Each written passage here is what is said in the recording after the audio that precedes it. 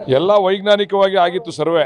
ಆದರೆ ನಮ್ಮ ವಿರೋಧಿಗಳು ಈ ಸರ್ವೆ ಬಗ್ಗೆ ಚಕಾರ ಎತ್ತಿದ್ರು.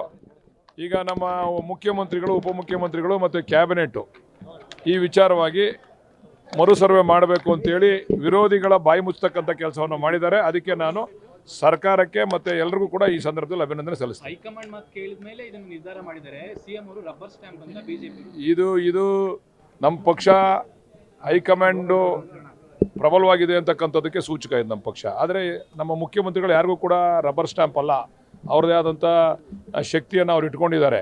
ಆದರೆ ಕೆಲವೊಂದು ಸಂದರ್ಭದಲ್ಲಿ ಎಲ್ಲರೂ ಕೂಡ ಕೂತು ಚರ್ಚೆ ಮಾಡಿ ಪಾರ್ಟಿಗೆ ಡ್ಯಾಮೇಜ್ ಆಗಬಾರ್ದು ಅಂತಕ್ಕಂಥ ಉದ್ದೇಶದಿಂದ ಸರ್ವೆ ಮೊದಲು ಸರಿ ಇತ್ತು, ಆದರೆ ಅದನ್ನು ಗೊಂದಲ ಸೃಷ್ಟಿ ಮಾಡಿದರು. ಆ ಗೊಂದಲಕ್ಕೆ ತೆರೆ ಎಳೀರಿ ಅಂತೇಳಿ ಹೈಕಮಾಂಡು ಕ್ಯಾಬಿನೆಟ್ನಲ್ಲೆಲ್ಲ ನಮ್ಮ ಮಂತ್ರಿಗಳು, ಹಿರಿಯ ಮಂತ್ರಿಗಳು ಎಲ್ಲರೂ ಸೇರಿ ತೀರ್ಮಾನ ಮಾಡಿರ್ತಕ್ಕಂಥದ್ದು. ಈಗ BJP ಅವ್ರಿಗೆ ಮಾಡದೇ ಇದ್ದರೆ ಒಂಥರ ಮಾತಾಡ್ತಾರೆ, ಮಾಡಿದ್ರೆ ರಬ್ಬರ್ ಸ್ಟ್ಯಾಂಪು ಅಂತಾರೆ.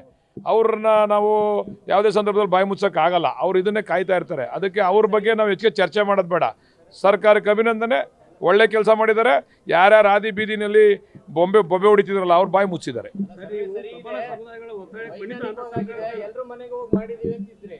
ಹೈಕಮಾಂಡ್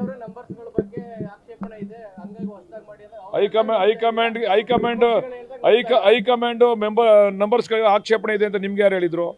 ಹೈಕಮಾಂಡ್ ಏನು ಹೇಳ್ತಾರೆ? ಮರು ಸರ್ವೆ ಯಾಕೆ ಅಂತ ಹೇಳ್ತೀನಿ ಕೇಳಿ. ಹೈಕಮಾಂಡು ವಿರೋಧಿಗಳು ಅನವಶ್ಯಕವಾದಂಥ ಪ್ರಚಾರ ತೆಗೆದುಕೋತಾರೆ ಇದರಲ್ಲಿ. ಅದರಿಂದ ಮರು ಸರ್ವೆ ಮಾಡಿಬಿಡಿ, ಅವರು ಬಾಯಿ ಮುಚ್ಕೋತಾರೆ, ಆವಾಗ ಅವ್ರಿಗೂ ಸಮಾಧಾನ ಆಯ್ತದೆ ಅಂತ. ಈಗ ಏನು ಸರ್ವೆ ರಿಪೋರ್ಟ್ ಬಂದಲ್ಲ ಅದೇ ರಿಪೋರ್ಟ್ ಬರ್ತದೆ ಅಂತಕ್ಕಂಥ ವಿಶ್ವಾಸ ಇದೆ ನಮಗೆ.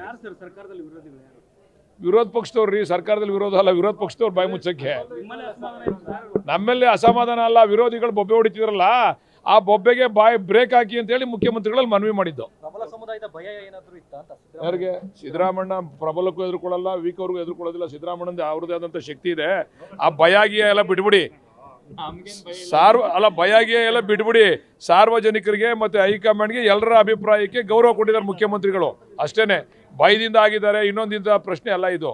ಎಲ್ರಿಗೂ ಕೂಡ ಗೌರವ ಕೊಟ್ಟಿದ್ದಾರೆ, ಮಾನ್ಯತೆಯನ್ನು ಕೊಟ್ಟಿದ್ದಾರೆ, ರೀಸರ್ವೆಯನ್ನು ಮಾಡಿಸ್ತಾ ಇದ್ದಾರೆ.